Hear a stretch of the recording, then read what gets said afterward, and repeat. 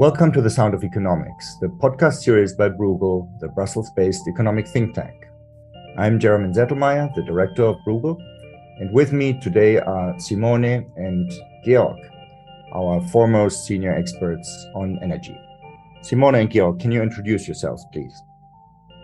Hello, my name is Simone Tagliapietra, and indeed, as Jeremy said, I'm a senior fellow working on energy and climate policy issues at Bruegel.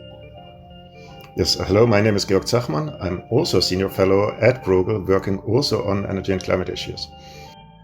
So, not surprisingly, as you know by now, the subject of this podcast is what's been going on in European energy markets, which have been under stress for some time, but particularly in the last few weeks. And then there are worries that things might get even worse as we get into the winter. So maybe to start out with, I would like to ask you, Simone and Georg, can you tell our listeners a little bit how that stress has manifested itself? So what has happened and why is it so serious? Well, the European energy markets have seen a drastic mismatch of demand and supply during this year. And probably this will continue to be visible. And this mismatch has led to extremely high prices, both for electricity and gas. So we have seen now electricity wholesale prices reaching sometimes close to 1,000 euro per megawatt hour.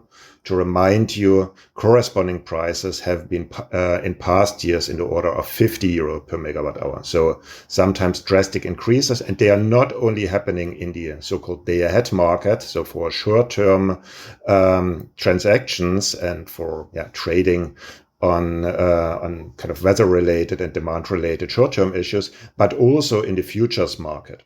And the same we observe for natural gas. There, the demand-supply mismatch is quite visible with the strong decline of Russian flows. But the result here has also been that usual averages of 15 euro per megawatt hour for gas in the past have now turned into gas prices that are sometimes 200 or 300 euro per megawatt hour. So these are levels that are not only challenging traders, but they are also leading to massive social implications when they are tickering down to retail prices, and they are also challenging the integrity of energy trading, because governments want to intervene in these high prices, but also because companies are finding it very difficult to kind of deal with the also quite high price jump. So sometimes prices fall by 30% within days. And of course, the situation might even get worse in the winter, because exactly as Georg explained, we have this supply-demand mismatch. Let's remember here that this is mainly due to the fact that over the last months, Russia has cut off around 2/3, if not even more, of its traditional supplies of gas to Europe.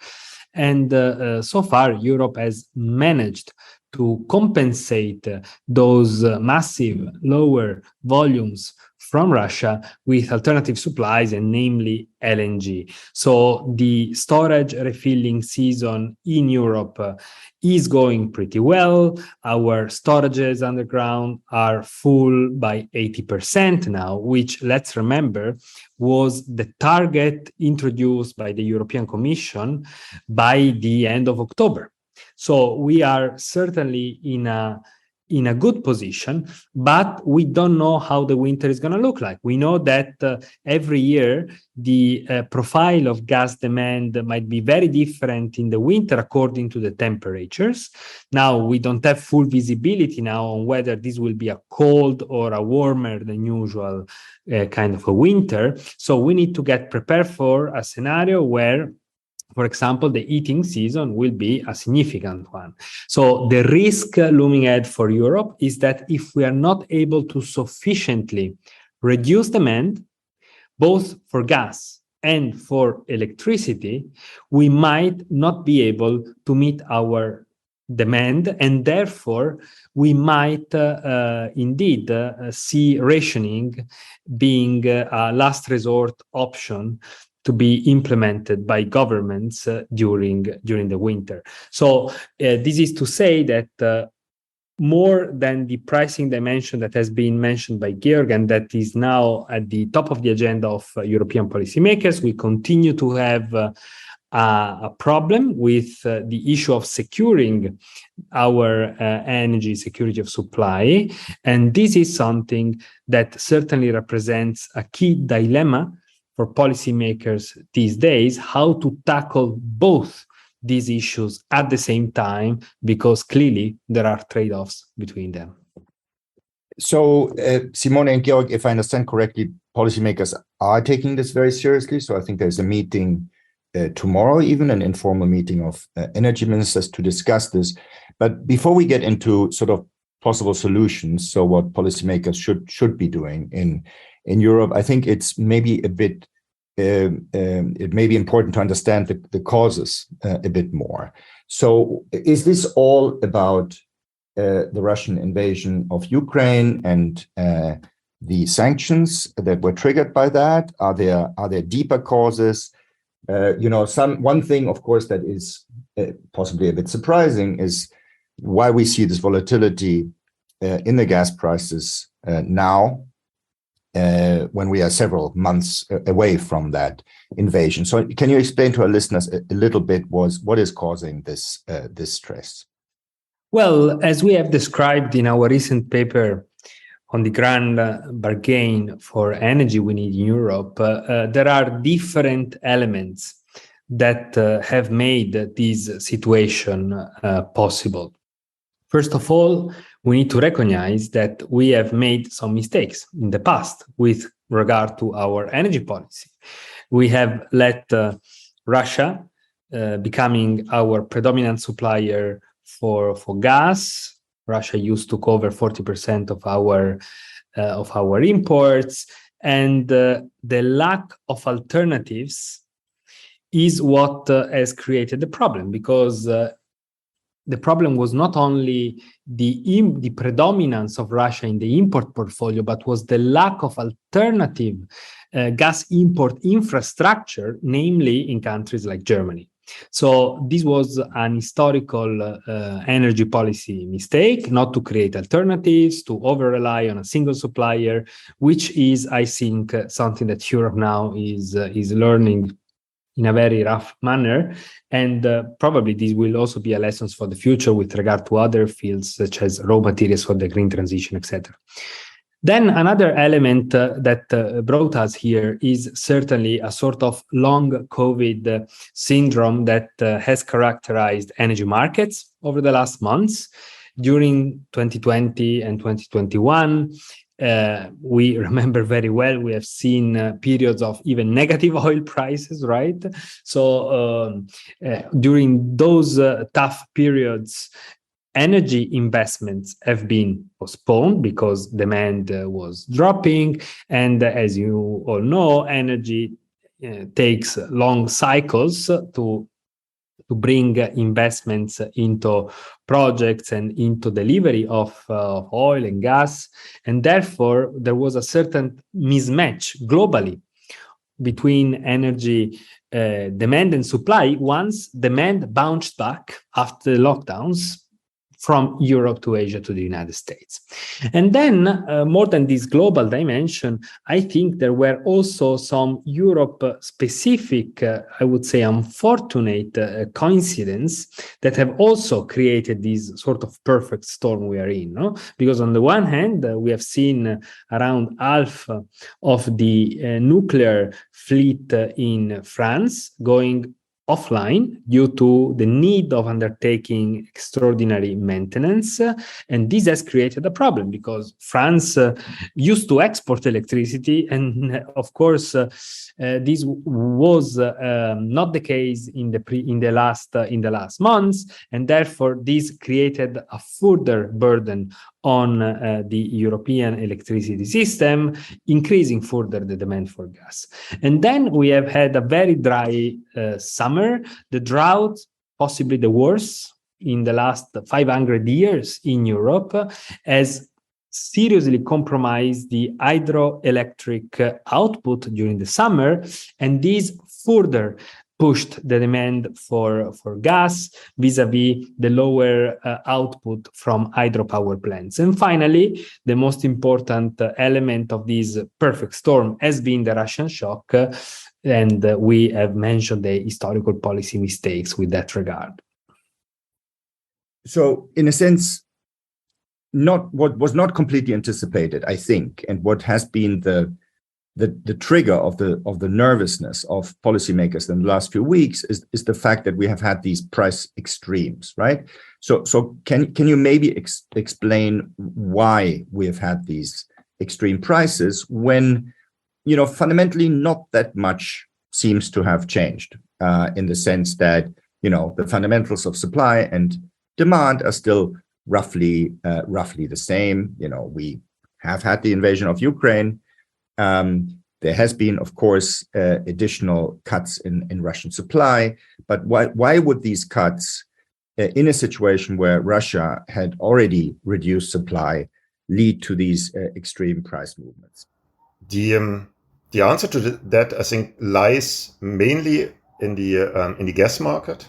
So we have no additional volumes of gas that we can bring into Europe quickly, irrespective of the prices that we are willing to pay. So therefore, the supply elasticity for gas is extremely low, so very inelastic. That means that if you want to burn more gas for producing electricity, you are going to see very high electricity prices, and at the same time, that will also again push up gas prices even more.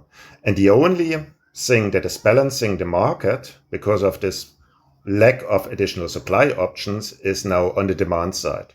So prices need to get to a level that bring demand down to a level that meets the available supply, because we cannot get easily more supply in the short term. Now, demand destruction happens only at very high prices in the European Union energy markets, because demand is sticky, and that's not necessarily due just to the willingness to pay of the individual consumers, but it's also due to contract structures and regulations in these markets. So a lot of the industrial energy consumers have long-term contracts and therefore are not confronted with the high prices that they are seeing. So therefore they are producing as if the gas price was 30 euros per megawatt hour, and as if electricity prices were 100 euro per megawatt hour, even so in fact it's much higher. And for household consumers, the picture is very diverse in Europe. So there's different schemes how household electricity and gas prices are determined. But what have many of them in common is that household consumers do not really experience the wholesale prices and the scarcity on a wholesale market. And therefore, essentially markets that are anticipating the next winter are afraid that households will not save enough gas to make sure that we will be able to meet our demand in a relatively cold winter. So because of sticky demand and very limited supplies, we have these extremely high prices at the moment. Thank you. That was very clear. So for those of you who have a supply and demand chart with intersecting curves in their heads, what seems to be going on here is that both the supply curve and the demand curve are extremely steep at the section when they're intersecting, right? So in technical parlance, they're both very inelastic, particularly the supply, but also the demand. And so if there are small movements in the supply curve, you get very large increases in prices. That's basically what's going on. Now, there's another puzzle, which has also been kind of typical for markets recently, in recent months, but particularly in the last few weeks, which is this phenomenon that not just the purchasers of of energy. So industrial and household consumers seem to be suffering, but ironically, even some of the energy companies themselves, although, in general, since their sales are tied to high prices, they should be benefiting. So how can an energy trader or an energy company get into trouble because, or at a time when prices are extremely high? Georg, can you explain that a bit? Well, it's very much due to the fact that prices have been extremely volatile in past months as well. So, I mean, we saw these extremely high price jumps up and down. And the worry essentially is that in the long-term markets, if you want to kind of lock in a certain price because you're a steel producer or whatever, you want to be sure that the guy with whom you sign your long-term contracts can deliver its energy. Now, if in the future the prices are again shifting a lot, you might be worried that your supplier might go bankrupt and might not be able to fulfill its supply obligation. And that risk increases obviously with the level of the prices and the volatility of the prices. So if you buy long term, you need some sort of insurance that your supplier is not going bankrupt. Now, markets have invented a solution to that problem in setting up a so-called central counterparty. And this central counterparty is essentially collecting collateral from the seller when he signs a long-term contract from the buyer. And this collateral moves with the prices to make sure that at any moment, if the seller goes bankrupt, the whole system does not explode, but the buyer can get the collateral, and from the collateral will be able on the market to buy again the amount of energy he has signed up for. So it's a very smart system. It has reduced the risk in the market and allowed long-term trading. The problem is that the collateral requirements are currently going through the roof and are really straining the liquidity of the sellers. So sellers on average might make huge profits, or in the future might make huge profits out of these things. But currently they have to post a lot of collateral, and accordingly member states have started to essentially provide emergency liquidity to sellers of whom you would think they are in extremely good shape.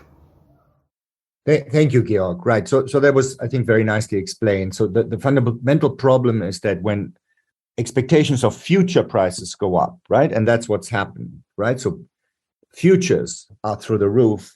Then the buyers in these contracts, they seek protection because they expect extra protection, but because they have to deal with the possibility that in the future they might have to buy gas on a spot market, right, at extremely high rates.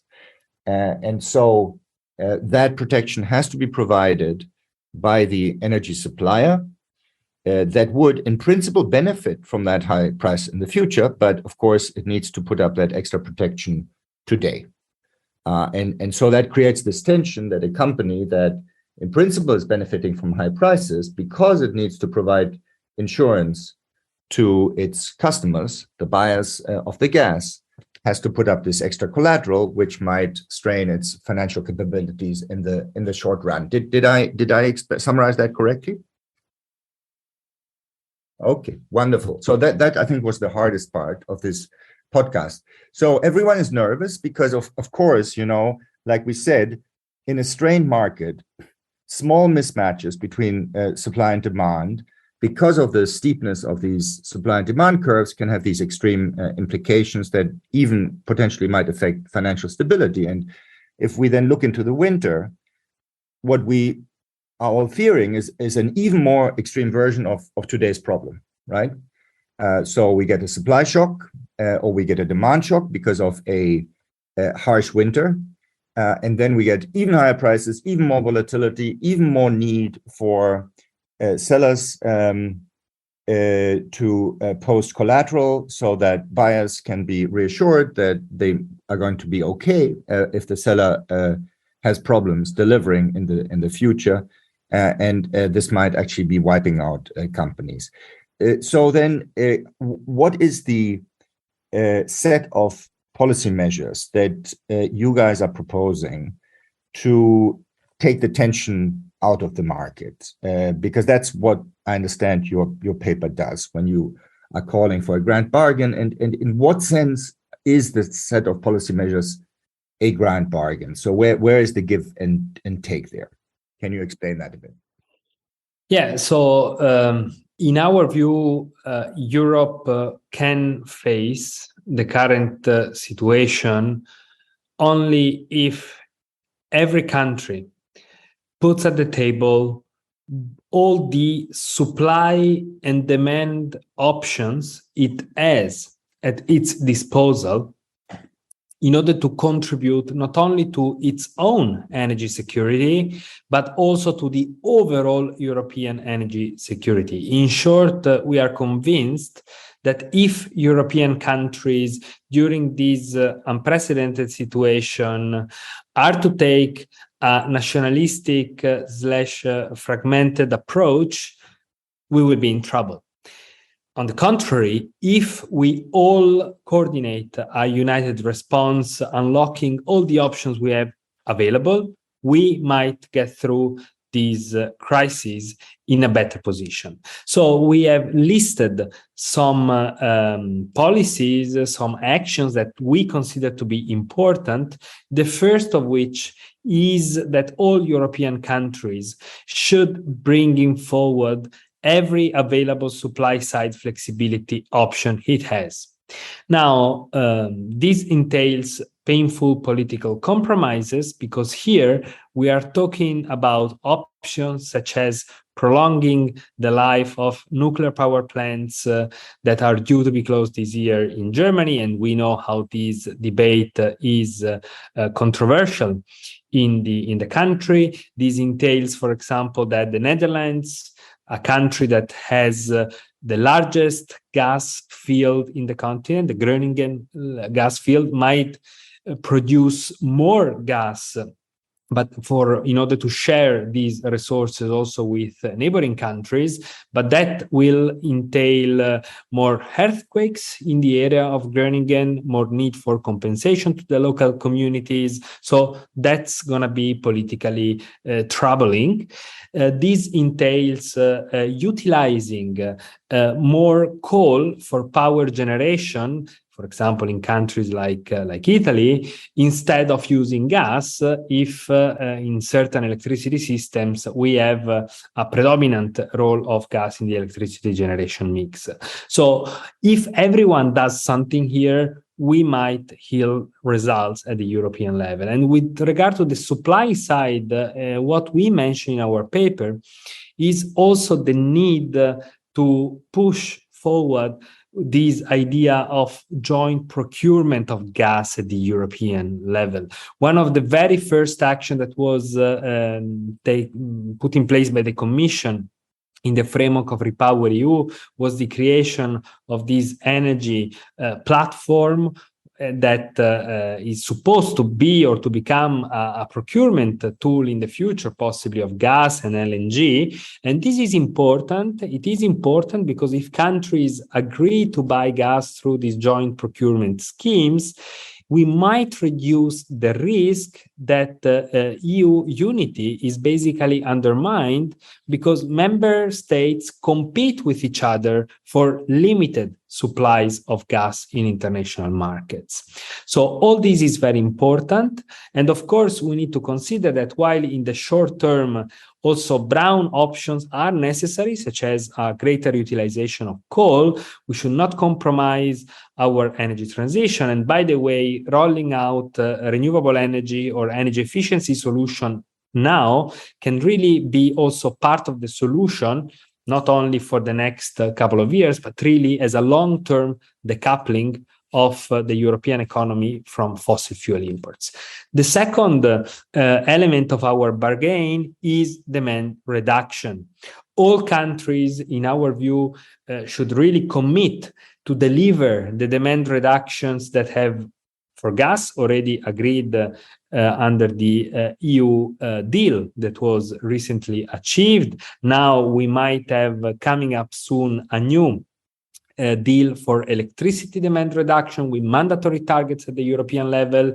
There is a clear recognition that if Europe manages to reduce its gas consumption of the winter by 15%, we can go through the winter even without Russian gas. So 3/4 of the Russian supplies we have managed to compensate on the supply side.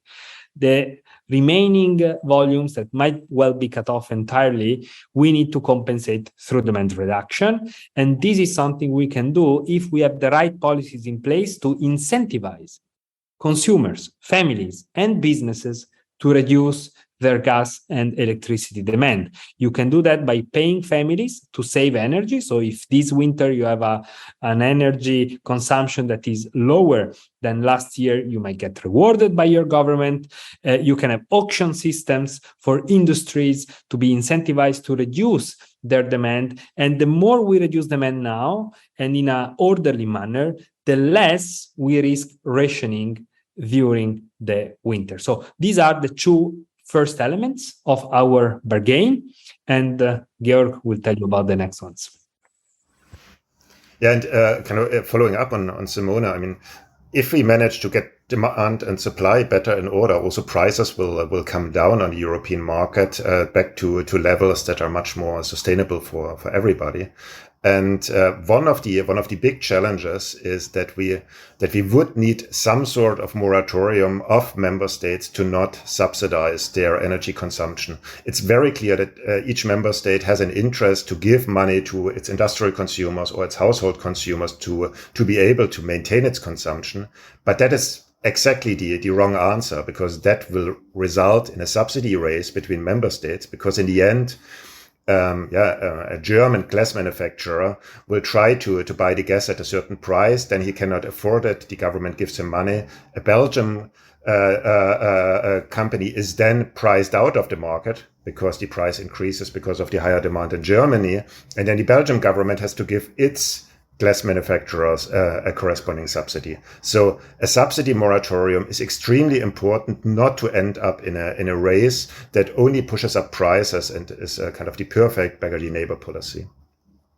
Now, this subsidy moratorium is closely linked to keeping essentially a political commitment to having energy markets open for cross-border flows. The big risk is that if some member states overdo it with energy subsidies inside their borders, then other member states that feel they cannot compete in the subsidy race might retaliate by reducing the capacity of cross-border lines. And that would be dramatic, because that would mean that overall the scarcity in the system will increase and the inefficiency in the system will increase, and that all countries in the end will become worse off. And I mean, we see so far no strong movement in this direction, but we are only ahead of the winter. And I think it's now the time to have both a commitment, no subsidy, and a second commitment, keep the borders open for market-determined flows of electricity and gas. Now, the result of keeping the markets open might be that market prices remain relatively high in some countries, and those countries, if they are not allowed to subsidize, will need to find a way to help their population or some of their industries to survive the winter. But here, what is important is that those support schemes are not given for kind of maintaining consumption, but they are either handed out, as Simona explained, for reducing consumption, or they are at least handed out on a sort of lump sum basis in order to compensate the consumer, but not to compensate the consumption. And such schemes are available in different countries, but so far what we see very often, and I mean outside the EU borders, we see the UK proposal, for example, that is the exact opposite of this approach. Kind of freezing tariffs for consumers is not going to solve the crisis.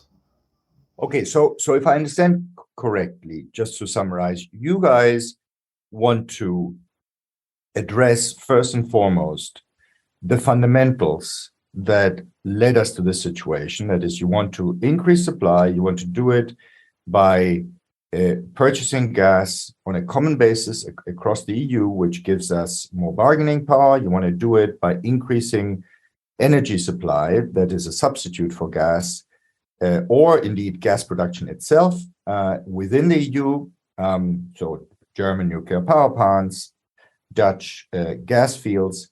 And of course, you want to do it by reducing demand. And so the idea is, we reduce demand, we increase supply, we basically pull those two curves that are so close to each other in a very steep range away from each other. And that will not just reduce prices, but also reduce the volatility of prices, because we got back into the more elastic areas of these curves. And then the additional point you're making is that we have to avoid having a race for scarce supplies within Europe, right? Because we end up all being worse off, and at the end we end up spending a ton of subsidies, and neither consumers nor producers are better off for it. It's simply, the law of whoever can provide the bigger subsidies more rapidly.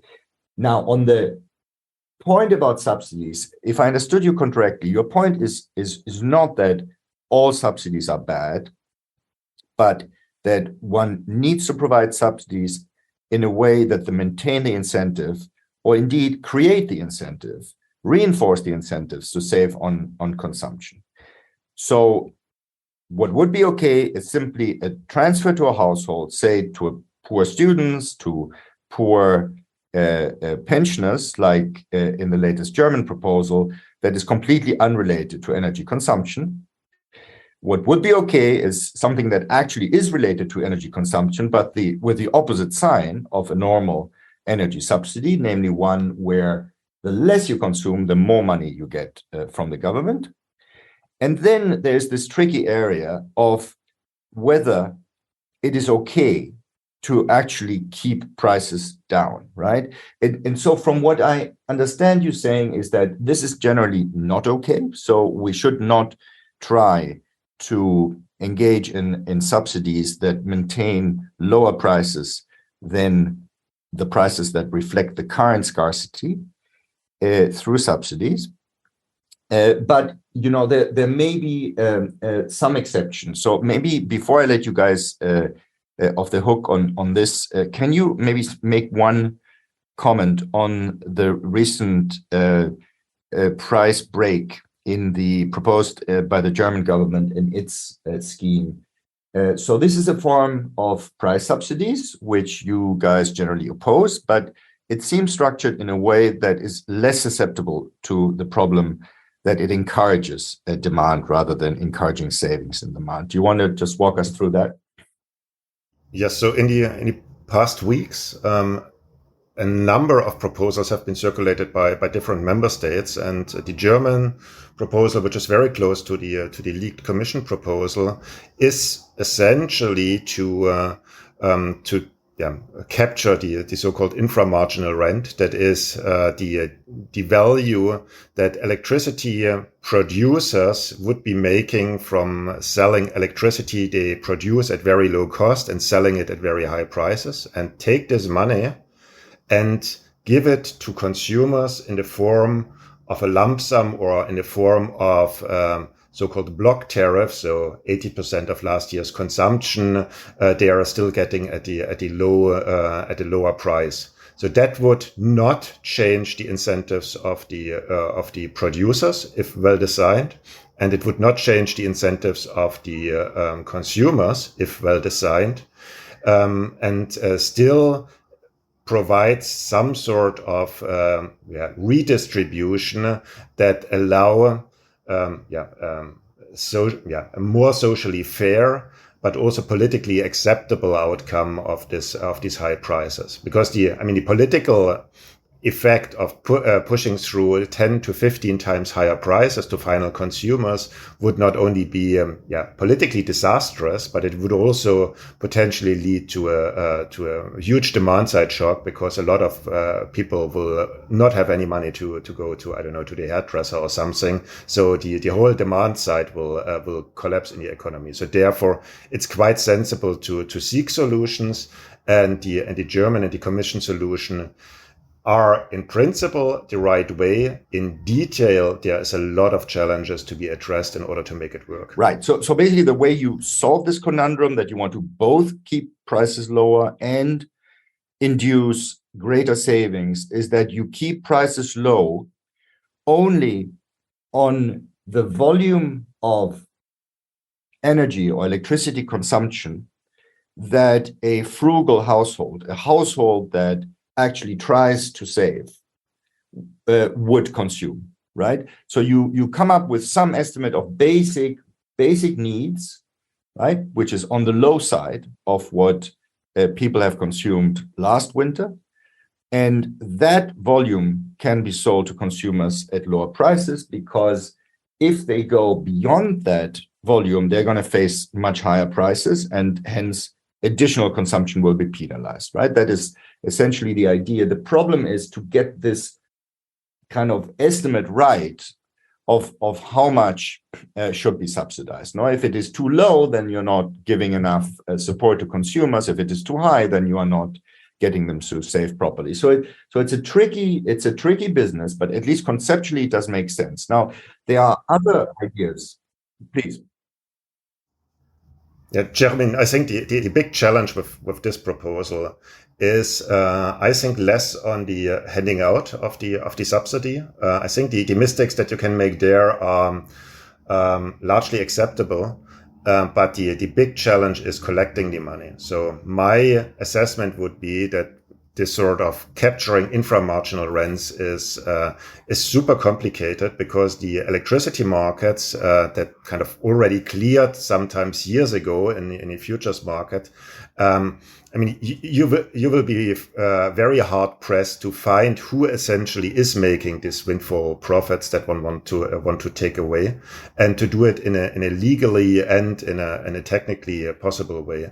So I would expect that governments can go in that direction and capture some of that, but there is then, if they do it too aggressively, there are then also efficiency losses that you're going to encounter.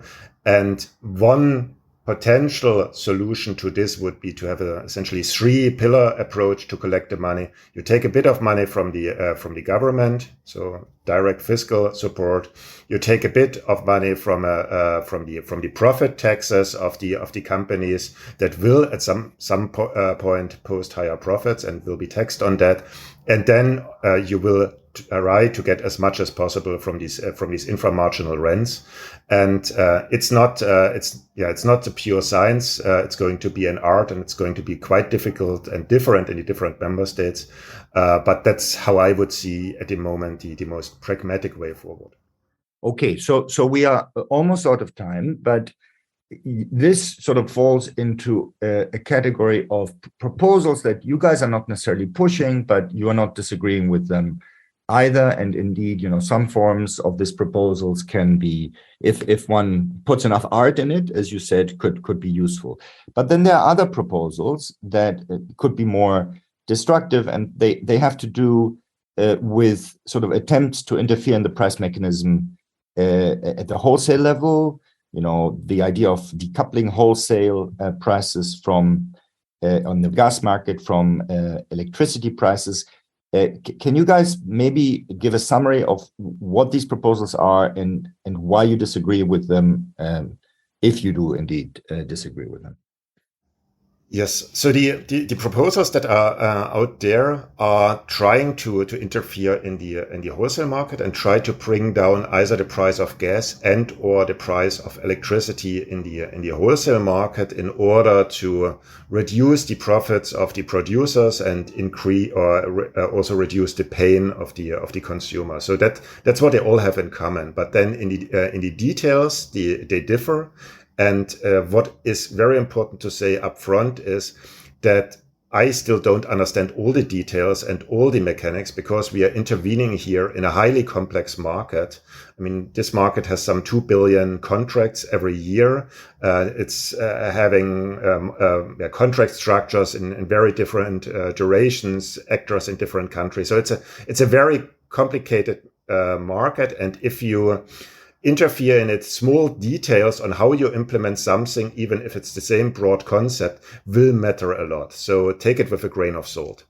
But the one proposal that is out there is the so-called Spanish exception. It's a policy that has been introduced by the Spanish and Portuguese government, and this is essentially giving electricity producers or gas-fired power plants a subsidy for the gas they are buying.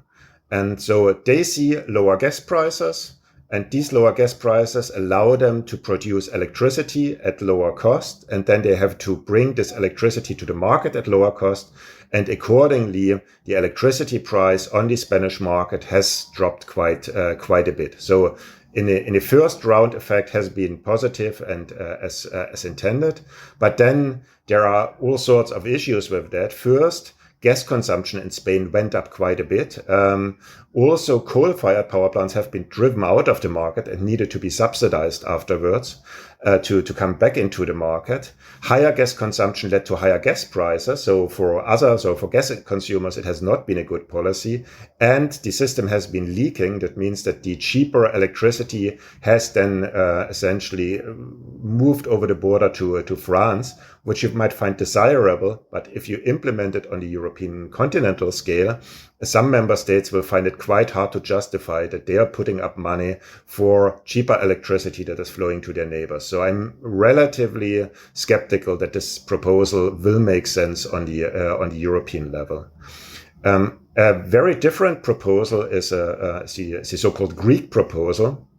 And the Greek proposal essentially says, okay, we have a market, we create a market for cheap electricity. So that's renewables, lignite, nuclear. They're kind of trading electricity in this market. The price of that will be low. And you have a market for expensive electricity, so gas and maybe coal. And the price in that will be high. And then you pool these two markets together and you get on average a lower price than the one before. One challenge is, of course, if you bring prices down, then demand will go up. And then there is the big challenge is that this is going to be a very, very intrusive mechanism because it essentially requires you to make sure that everybody is trading at the same market in order to not allow some bypassing, kind of finding an arbitrage opportunity between those two markets. So we will, with this, end up with a completely different market design, and rushing that through in an emergency situation seems highly risky. So that's two of the many proposals that are circulating. And as you can hear from me, I am rather worried because these machines, this electricity market is a very well designed and very complex mechanism, and kind of knee-jerk interventions need to be considered extremely carefully. Thank you. Simone, can you just close the loop for us and sort of give us a sense of what the way forward should be at this point? But I would like to take it from what Georg just said. We are in an emergency situation where the risk might be that we rush for emergency measures, compromising our, for example, electricity market design on the one hand, or our emission trading system on the other hand, because at the same time, we also see pressures about mothballing our emission trading system, which is the European Union main climate policy tool. So the risk is to rush into emergency solutions that might derail institutional work that we have done for more than 20 years. So I think what the Commission has as an approach, and it's a prudential approach, to say the long-term reforms will have to be done with the time that is necessary to do them. So, for example, the electricity market design will be revised next year. For now, let's try to focus on what can be simple, implementable, pragmatic measures to try to provide a solution to the problem over the next weeks, because the problem is now, and we cannot reinvent, a whole system that took years to be made. So this is the difficult balancing act that policymakers have now to face. And we need to be very clear. There is no silver bullet. Price caps, etc., are not going to solve our problem. They can mitigate part of it, but it is only through a mix of efforts and solutions that we might get there through this winter and next winter without Russian gas. This entails efforts that politically will not always be easy, but that's exactly the reason why if everyone does an important effort on its own, the final solution will be the efficient one. And that's exactly why we need a grand bargain on energy, as we have tried to put forward with our paper. So if I might briefly follow up on Simone here. So the impression we got from looking on the different options is that many of those options are for the individual country quite painful if considered in isolation.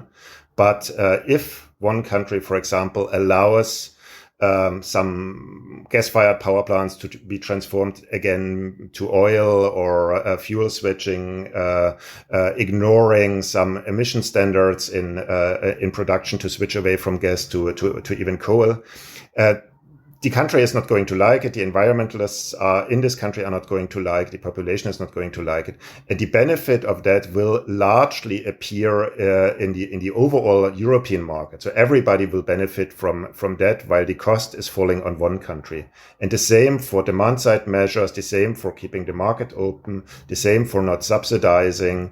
And all this essentially means that everybody pays in for the greater good for everybody else, and therefore we need to find a joint solution where we put all those options in the head from the different sides, and the challenge will be to find a balanced solution that not shortchanges some of the member states too much. And here the question is, to which degree there can also be some fiscal transfers in one form or another to essentially enable in a better way to get to solutions where those that have cheaper options to help everybody else are incentivized to bring them to the European table. Thank you, Simone. Thank you, Georg. And thank you to our listeners for enduring the complicated substance of energy policy in Europe today. We hope that European institutions will be strong enough to generate the cooperative solution that Georg and Simone have argued for. You can read the paper we just discussed, as well as other analysis by our scholars, on our website, www.bruegel.org. Thanks a lot for joining The Sound of Economics. Until next time, bye-bye.